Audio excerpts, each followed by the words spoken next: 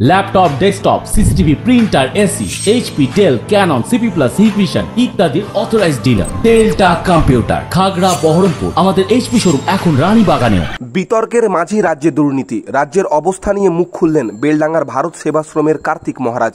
আশ্রমের নিরাপত্তা নিয়েও দুশ্চিন্তা প্রকাশ।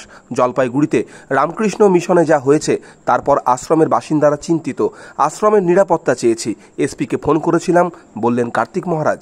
বলার পরে যেটা জলপাইগুড়িতে রামকৃষ্ণ মিশনে হয়েছে আর সেটা প্রচারিত হয়েছে, যার ফলে আমাদের এখানে যারা আদিবাসী ছাত্র থাকে তাদের গার্জেনরা ফোন করছেন যে স্বামীজি আমরা খুব চিন্তিত। তারপরে কতগুলো বৃদ্ধা থাকে বৃদ্ধাশ্রমে, তারা চিন্তিত।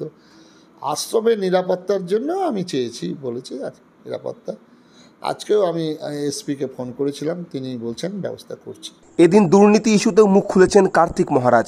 আজ পশ্চিমবঙ্গের অবস্থা দেখে বাঙালি হিসেবে পরিচয় দিতে মাথা নত হয়ে যাচ্ছে, লজ্জাবোধ হচ্ছে। আজ শিক্ষা দপ্তরের কি অবস্থা? এত যুবক এত দিন ধরে ধর্নায়, এতজনের চাকরি চলে গেল। কার্যত রাজ্য সরকারকে নিশানা কার্তিক মহারাজের। আজকে পশ্চিমবঙ্গের অবস্থাটা জান, বাঙালি হিসাবে পরিচয় দিতে মাথায় নত হয়ে যাচ্ছে, লজ্জাবোধ হচ্ছে। এখানে রবীন্দ্রনাথ ঠাকুর, এখানে বিবেকানন্দ, প্রণবানন্দ, অরবিন্দ, শরৎচন্দ্র, বঙ্কিমচন্দ্র, নেতাজি সুভাষ, এই বাংলা। আর সেই বাংলার আজকে চিন্তা করুন কোন জায়গায় দাঁড়িয়েছে। এটা বললে আমি বিজেপি। আজকে শিক্ষা দপ্তরে কী অবস্থা? আজকে এতগুলো যুবক এতদিন যাবৎ তারা ওখানে ধর্নায় বসেছিল, এতগুলি যুবকের চাকরি চলে গেল, এখনও দপ্তরটা খাদ্য দপ্তর কোন জায়গায় গিয়ে দাঁড়িয়েছে? এটা বলবো না আমি একটা ভারতবর্ষের নাগরিক, আমার বলার অধিকার নেই?